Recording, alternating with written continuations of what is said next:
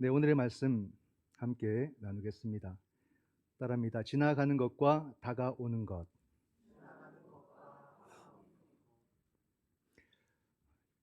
제목이 멋있죠? 제목을 잡을 때 좀 이렇게 문학적으로 좀 이렇게 한번 잡아보면 좋겠다 하고서 오늘의 제목을 잡았습니다. 이 말씀은 우리가 지난주 또 그 지난주 말씀이 주연절이었던 그런 의미로 계속 이어지는 그런 의미로서 또 오늘의 제목을 함께 잡게 되었고, 지난번의 말씀들을 기억할 수 있다면 또 그 말씀의 연장선에서 또 말씀이 우리 가운데 좋은 메시지로 또 은혜 가운데 함께 할 수 있겠다는 생각을 하게 됩니다.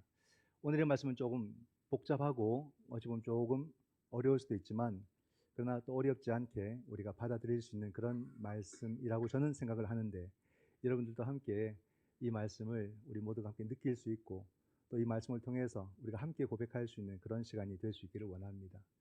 오늘 본문이 있는 이 고린도전서 7장이 좀 어려운 내용이에요. 그래서 이것을 오늘날에 맞게끔 설교하기가 조금 약간 난해하기도 하고 조금 복잡하기도 하고 해서 설교 본문으로 잘 선택은 되지 않습니다. 인용구로는 한 번씩 선택될 수 있어도 본문으로는 잘 선택하지 않는 그런 말씀이다, 이런 생각이 들어요. 오늘 본문 앞에 있는 7장 1절과 2절에 보면은 너희가 쓴 문제에 대하여 말하면 남자가 여자를 가까이 아니함이 좋으나 음행을 피하기 위하여 남자마다 자기 아내를 두고 여자마다 자기 남편을 두라, 이렇게 이야기를 합니다. 보면 너희가 쓴 문제에 대하여 라고 시작을 하죠. 이 말은 고린도 교회가 바울에게 질문을 했다는 겁니다. 어떤 신앙적인 질문을 했고 바울이 여기에 대해서 답변하는 형식으로 7장이 쭉 진행이 된다는 거죠. 어떤 질문을 했습니까? 부부가 경건을 위해서 금욕하는 것이 맞습니까? 이렇게 질문을 한 거예요. 맞습니까? 틀립니까? 부부가 경건을 위해서 서로 금욕을 해야 된다, 그죠? 우리가 이런 부분이 좀 애매하기도 하죠. 또 우리가 이런 성에 대해서 말하기가 좀 불편하기도 하고 그렇습니다. 그렇다고 해서 우리가 전혀 안 나누면 그것도 문제가 된다, 또 그렇게 생각이 들고요. 어떻습니까? 부부가 결혼을 했지만 늘 금욕하면서 사는 것이 맞다, 아니다, 어떤 생각이 들까요? 바울은 아니다 하는 겁니다. 옳지 않다. 부부는 금욕해서는 안 된다, 할 필요가 없다, 그것은 경건과 무관하다, 이렇게 이야기를 하죠. 바울은 지금 성의 문제만 이야기하는 게 아닙니다. 결혼, 성, 이혼 또는 우리 삶의 전반의 모든 문제를 다 이야기해요. 그 중에 중요한 화두가 이 주제였던 거고, 그럼 바울의 결혼이나 성에 대한 어떤 그런 바울의 생각 윤리관은 어떠했을까? 바울은 이 부분을 말하기 좀 불편하다고 해서 두루뭉실하게 말을 안 했습니다. 굉장히 현실적으로 바울은 조언을 해주고 있습니다. 바울은 결혼했다는 이야기는 없습니다. 그러나 이 문제에 대해서 바울의 생각이 어떠한지 약간 엿볼 수는 있는데 정확하게 나타나지는 않습니다. 9절 말씀에 보면 만일 절제할 수 없거든 결혼하라. 정욕이 불같이 타는 것보다 결혼하는 것이 나으니라. 그죠? 이런 말씀을 가만히 보십시오. 성이라는 것은 인간의 본능이거든요. 근데 이걸 억지로 가리거나 억지로 누르면은 사람이 위선적일 수 있다는 말입니다. 그리고 잘못하거나 실수할 수 있게 된다, 그렇게 이야기를 하고 있습니다. 또 다른 입장도 있습니다. 33절에 보면은 장가간 자는 세상 일을 염려하여 어찌하여야 아내를 기쁘게 할까, 또 아내는 남편을 어떻게 기쁘게 할까, 이런 생각에 빠져가지고 주의 일을 하지 못한다, 그렇게 이야기도 합니다. 이렇게 볼 때 바울은 결혼이나 성에 대해서 긍정적으로 생각을 할까 부정적으로 생각을 하는 것일까 명확하지 않은 부분이 있는 거죠. 이것을 하라, 허용하기도 하지만은 또 이것이 여러 가지로 문제가 있고 어려움이 있을 수 있다, 이런 이야기를 바울이 하기도 합니다. 어떻습니까, 여러분? 우리가 금욕이 좋다, 아니어도 된다, 이런 생각을 하게 되고, 또 약간 뭐 좀 더 이쪽으로 치우쳐서 만약에 우리가 성직의 길을 본다면은 딱 나눠져 있지 않습니까? 가톨릭처럼 이렇게 우리가 아예 결혼하지 않고 사제로 이렇게 살거나, 아니면 목회자처럼, 개신교 목회자처럼 결혼해서 목회를 하거나, 이렇게도 우리가 비교해 볼 수가 있겠죠. 어떤 것이 더 어렵고 어떤 것이 좀 덜한가, 어떤 것이 더 좋고 어떤 것이 좀 못한가, 이렇게 구분할 수 있는 문제일까? 그렇죠? 어떻습니까, 여러분? 가톨릭 사제가 더 어려운 인생을 선택하고 사는 것처럼 생각이 들 수도 있겠고, 아니면 도리어 목회자의 삶이, 개신교 목사의 삶이 좀 더 어려울 수 있겠다, 이런 생각이 들 수도 있겠고. 여러분 어떻습니까? 가톨릭 사제 혼자서 살아가는 거 쉽지 않죠. 그러나 여러분, 목회자로서 가정을 이루고 목회를 하면서 두 가지를 다 감당해내는 것도 결코 쉬운 게 아니죠. 이게 쉽지가 않습니다. 우리가 가정도 잘 건사해야 되고 목회도 잘 해야 되는 것은 엄청나게 힘든 일이에요. 우리가 가정 하나가 얼마나 큽니까? 가정 하나를 온전히 세운다는 것이 얼마나 어렵습니까? 어제도 결혼식에 있어서 가서 주례를 했지만, 가정을 온전하게 세워 나아간다는 것은 엄청나게 힘든 일이에요. 그 가정도 잘 세워 나가야 되고, 또 성도들이 만족할 만한 그런 목회도 해야 되고, 이런 개신교 목사의 삶도 결코 쉽지는 않다는 거죠. 가정이 소중합니다. 가정에서 우리가 힘을 얻지요. 그러나 이 양면성이 다 있다는 말입니다. 그러므로 이것이 더 낫다, 저것이 더 낫다, 우리가 그렇게 표현할 수는 없는 것입니다.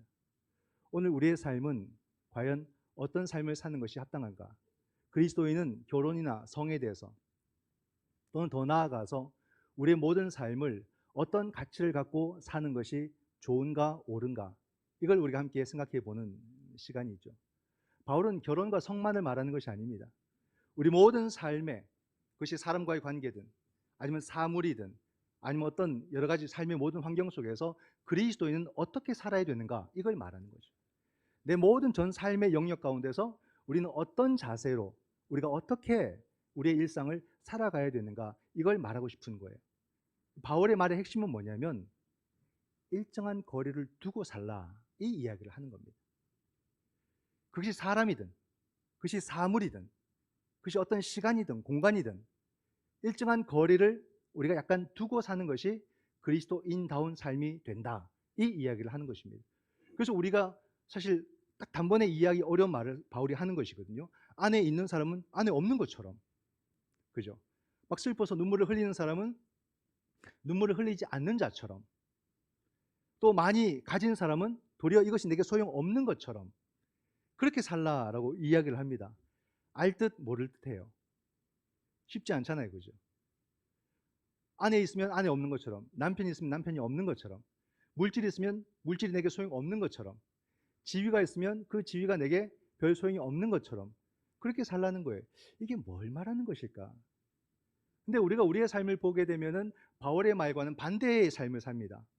우린 조금만 기뻐도 모든 것을 다 가진 듯한 그런 기쁨을 누리려고 막 하고, 조금만 슬퍼도 정말 엉엉 울고 속상해하고 괴로워하고 막 우리가 그러죠. 우리의 일상 가운데서 그 모든 것들 가운데 우리는 일희일비하는 것이 우리의 일반적인 삶의 모습인 겁니다.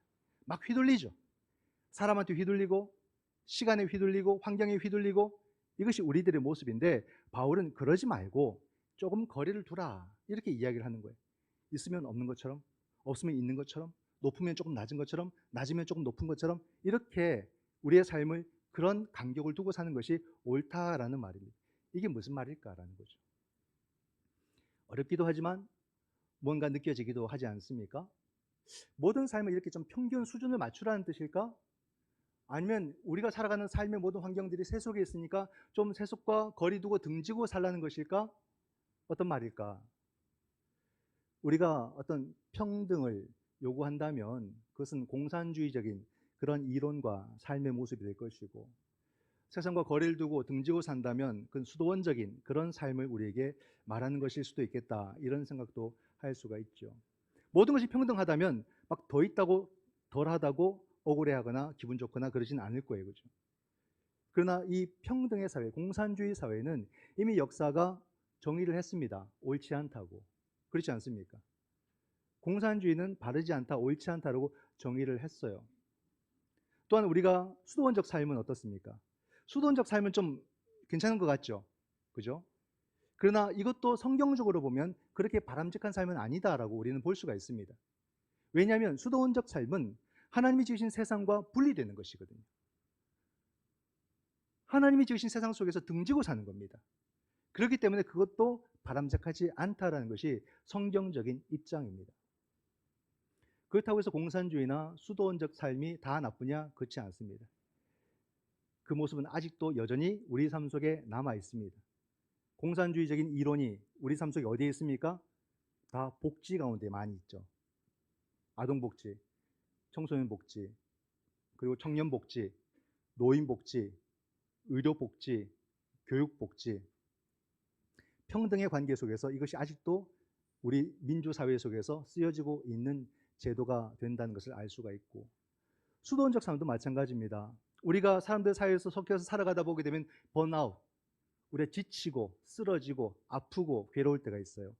그럴 때는 그곳에서 분리되어 나와가지고 이 사람이 온전히 치유받을 때까지 자기의 시간을 갖게 되다가 나중에 회복이 되면 다시 일상과 사회로 돌아가도록 해주는 이 제도가 여전히 우리 삶 속에 남아 있습니다. 그럼 바울이 말하는 것이 이런 것일까? 평등의 사회, 어떤 좀 약간 분리되거나 또는 해탈하는 이런 삶을 우리에게 요구하는 모습일까? 이것을 위해서 우리의 삶의 모든 요소들과 약간 거리를 두며 살라고 바울이 말하는 것일까? 그게 아닙니다.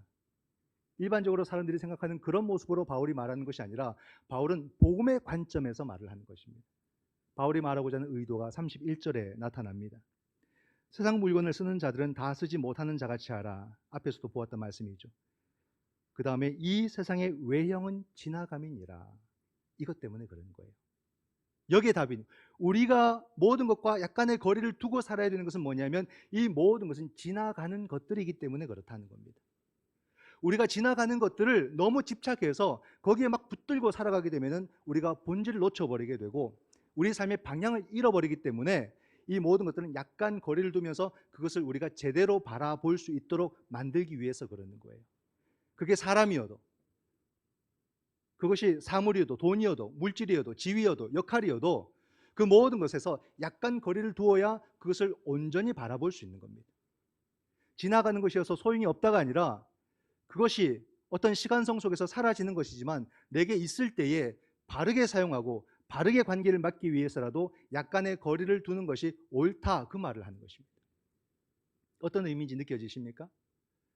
여러분, 모든 것은 다 지나가요. 그렇죠? 우리 가능제일교도 이 자리에 중간에 좀 많이 비었는데 늘 같이 함께 했던 분들이 계속 함께 하는 게 아니잖아요. 지나가신 분들이 많잖아요. 늘 같이 있을 것만 같았던 분들이 지나가잖아요. 우리 이렇게 또 벽돌 헌금을 합시다라고 하는 것도 또 이 건물 자체도 지나가는 것이 되기 때문에 또 우리는 새로운 시간을 준비하고자 또 이런 것도 해 나가는 거죠. 모든 것은 다 지나가는 거예요. 그 지나가는 것을 집착할 수가 없다는 말입니다. 그걸 붙들고 영원히 함께 하려고 하는 그런 자세는 옳지 않더라라는 말이에요. 그렇죠? 여러분도 지나가고요. 저도 지나갑니다. 영원히 있을 수가 없어요. 다 우린 시간 안에 살아가기 때문에 시간이 흘러가게 되면 다 지나가는 겁니다. 보면은 어떤 분들이 저한테 핸드폰을 열어서 사진을 한 번씩 보여주세요. 최근에 몇 분이 계셨어요. 근데 그 사진이 뭔지 아십니까? 제 사진이에요. 당신의 폰 속에 있는 제 사진을 딱 보여주시는 거예요. 봤어요. 뭔가 하고 보니까 까만 머리에 턱선이 살아있는 제 모습이었어요. 그 말은 무슨 뜻입니까? 지금은 머리도 샜고 살쪘고 그걸 보여주는 거 아니겠어요? 놀리려는 의도가 다분한 겁니다. 어쩝니까? 이게 다 지나가는 모습인 거예요. 다 지나가는 모습인 거예요. 우린 다 시간이 흐르면서 지나가는 거예요. 요람에 지금 뭐 담임 목사라고 사진이 있지만 그것도 지나가면 나중에 그 사진 바뀔 거예요. 그렇죠? 그리고 제 이름은 연혁이만 남아있겠죠. 이게 다 지나가는 시간을 살아가는 우리들의 삶의 모습이다. 그렇기 때문에 우리는 모든 것과 더불어서 약간 삶의 거리를 두고 살아가야 된다. 근데 그게 생각보다 잘 안 됩니다. 젊을 때는 젊어서라도 혈기가 있고 에너지가 있어서 뭔가를 막 붙들고 이루려는 그런 마음이 있지만 나이가 들면 그걸 다 내려놓는다고 하는데 가만히 보니까 그것도 아니에요. 60, 70, 80, 90이 되어도 사람들은 뭔가 또 다른 방식으로 막 자기 뜻을 이루려고 막 힘쓰고 용쓰고 사람은 그런 식으로 살아가는 거예요. 젊을 때와 다를 뿐이지 또 다른 모습으로 욕심 부리고 살아가는 것이 인간의 모습이더라 이 말입니다. 그럼 우리는 어떻게 해야 내 모든 삶의 환경 속에서 내가 다 있는 나의 모든 일들과 약간 거리를 두고 살아갈 수 있을까? 막 우리가 훈련하고 연단하고 하면은 좀 나아질 수 있을까? 약간은 좋아질 수 있지만 바울이 말하는 이 수준으로 들어갈 수는 없어요. 어떻게 해야 나는 모든 것으로부터, 우리는 사람에게도 집착할 때가 많거든요. 사랑이라고 말하지만 그것이 집착일 때도 많고, 부부에게 집착하고 자녀에게 집착하고 또 내가 좋아하는 사람들에게 집착하고 내가 좋아하는 일에도 집착하고, 이런 것으로부터 어떻게 나는 정말로 거리를 두면서 그 모든 것을 온전히 바라보며 살아갈 수 있을까? 이거는요, 신앙의 문제, 신앙의 문제. 이건 신앙의 주제고 신앙으로 해결할 문제라는 사실을 바울이 말해주고 있습니다. 그 답이 29절에 나와요. 29절에 보면은 형제들아 내가 이 말을 하노니 그때가 단축하여진 고로, 그때가 단축하여졌다라고 말합니다. 무슨 때를 말합니까? 바로 종말의 때가 가까워졌다 이 말이에요.